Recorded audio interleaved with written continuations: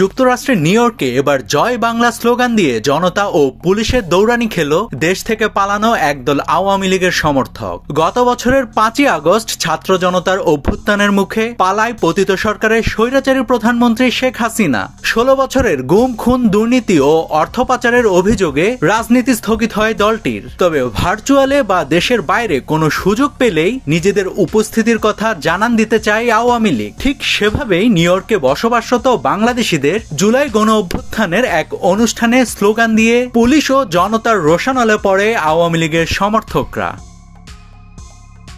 রোববার জ্যাকসন হাইটের ডাইভার্সিটি প্লাজায় জুলাই গণ অভ্যুত্থানের বর্ষপূর্তি উদযাপন চলছিল।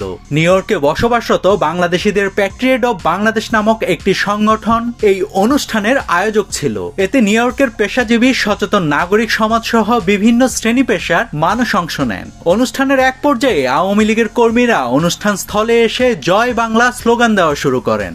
ফলে অনুষ্ঠানের বিঘ্ন ঘটে। এর জেরে অনুষ্ঠানের আয়োজক ও যুবলীগ কর্মীদের মাঝে উত্তেজনা ছড়িয়ে পড়ে। ইত্যাদি নামক একটি মুদি দোকানের দরজার কাছে উভয়ের মধ্যে হাতাহাতির ঘটনা ঘটে। পরে পুলিশ এসে আওয়ামী পন্থীদের ছত্রভঙ্গ করে দেয় এবং পরিস্থিতি শান্ত করে। তবে এই ঘটনায় কাউকে গ্রেফতার করা হয়নি। নাভিদ হাসান, সোনালী নিউজ।